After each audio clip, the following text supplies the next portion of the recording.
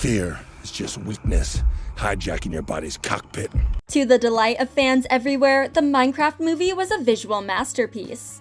Although the main cast brought some elements of the real world into our favorite video game franchise, the top-notch CGI and animation made the overworld look better than ever before.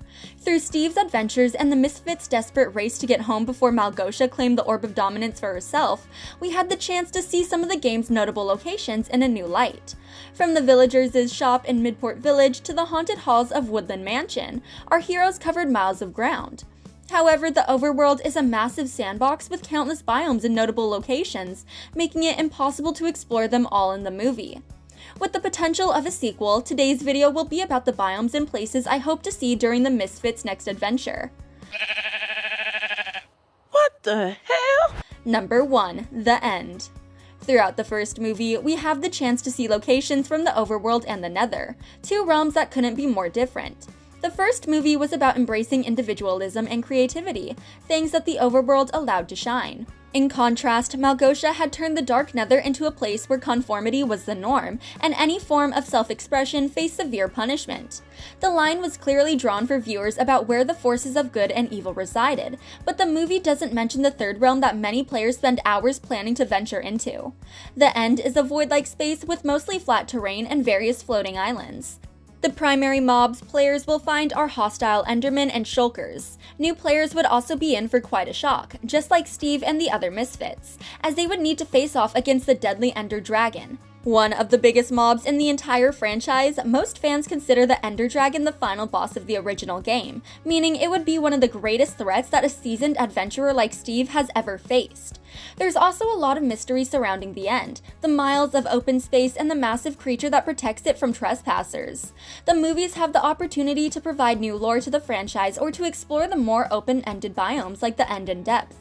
There are countless fans who would love to know more about the Omnious End and what would drive Steve to journey there in the first place. Number 2. Deep Dark. While the overworld is celebrated as a place where anything is possible, it has its fair share of dark places. It's only appropriate as creativity comes in all forms, even if darker and more gruesome than we may expect. However, I can't help feeling like these creepier locations should be embraced, especially if Steve and the Misfits make a friend who loves the unconventional in the sequel. Maybe that friend will be Alex, the new character teased in the movie's post-credits scene. The first film utilized the Nether and the Woodland Mansion to add a layer of suspense to the Misfits' adventure, forcing them to narrowly escape their enemies and risk their lives to find another Earth crystal. In the sequel, they might go even further by exploring the Deep Dark, which is as foreboding as it sounds. It's one of the most intense locations in the overworld, with brand new enemies and locations for our heroes to face. A journey to the Deep Dark would take the Misfits far underground, beneath the overworld's mountain ranges. There, they would uncover ancient cities, rooms full of monsters, and a violent creature known as the Warden, who is incredibly powerful despite its lack of eyesight. Now that Steve successfully defeated Malgosha, someone like the Warden would make a compelling villain for the sequel. Not motivated by old grudges or a desperate need for power, the Warden may only be a creature acting instinctually to hunt the intruders who infiltrated his home. Number 3. Crimson Forest. While many expected the first film to take a more traditional approach to the story, with Steve and his allies working toward the typical player goal of reaching the end, the Minecraft movie went for something more original. By mixing lore and creating new characters to counter the heroes' ideals, they came up with a compelling and unique narrative that allowed us to see glimpses of the Nether and the miserable kingdom Malgosha turned it into. However, these brief glimpses weren't enough to give credit to how large the Nether actually is or the locations it contains. One such location is the Crimson Forest, which is adequately named due to its fiery and dangerous nature. It's full of mobs that didn't debut in the first film, like blaze mobs and ghasts, who could give our heroes a difficult time. Journeying through the Nether to reach the Crimson Forest could also allow for epic action sequences like those from the first film, while simultaneously expanding the world's lore and giving our heroes access to rare crafting materials, like the ones necessary to make netherite armor. We also know that Steve had once journeyed into the Nether but had his adventure cut short when Malgosha apprehended him in pursuit of the Orb of Dominance. Now that he's defeated his longtime enemy, he may be eager to finish the adventure that barely began, leading his friends into a life-threatening expedition. Number 4. Ice Spikes. There were a few biomes we had the chance to see in passing throughout the film, but the Misfits rarely lingered in one for long as time wasn't in their favor. One of the biomes I longed to see most were those covered in snow, mainly because I thought the snowy plains would look visually stunning in the movie's breathtaking CGI. The snowy plains aren't one note either, as they come with a harsher variant known as the ice spikes. Considering how long Steve spent in the Overworld and how competitive Garrett is, I wouldn't be surprised if they challenged one another to survive in the harshest conditions the Overworld has to offer. The ice spikes are notoriously hard to survive in, on par with the desert, due to the lack of trees and nearby villages. Food sources are also scarce, making living off the land virtually impossible. In addition to the usual mobs, the pair would need to compete with the semi-hostile polar bear for food, and if they managed to defeat the hostile animal without losing an arm or a leg, they could walk away with a proper meal. A movie featuring a competition in the ice spike sounds like the perfect way to bring back the charismatic comedy shared between Steve and Garrett.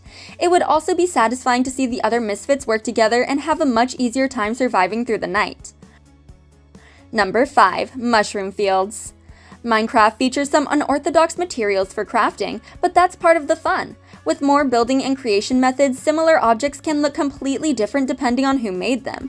One of Steve's first homes was made completely out of wool, seemingly for aesthetic purposes, while Dawn used her free time to make a quaint mushroom tower to protect herself and the other Misfits from mobs. Mushrooms were some of the most popular additions to the game, so it's no surprise that viewers want to see the mushroom fields in the sequel. They're a rare location to stumble on, but they're also peaceful, with unique creatures and trees unlike any other in the Overworld. I can't help thinking everyone would fall in love with the mushrooms and try to adopt one as the team mascot. Fortunately, Dawn has a way with animals, and she might get on the cow's good side to score the team some mushrooms, perfect for crafting. Aside from cute builds and new companions, the Misfits might also find the perfect place to call home.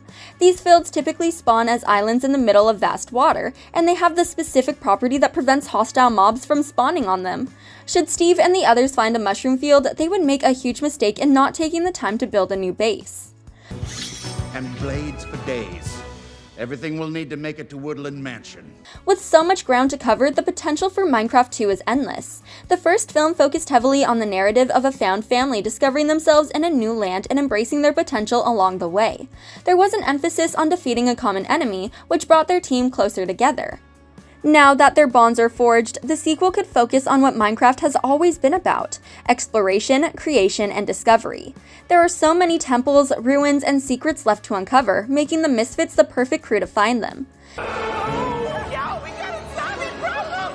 We need to go right now! Hey, come on! Thanks for watching. If you enjoyed this video, hit the like button, subscribe to our channel, and turn on notifications to stay updated on our uploads. They're total pacifists and vegetarians. You don't bug them, they won't bug you.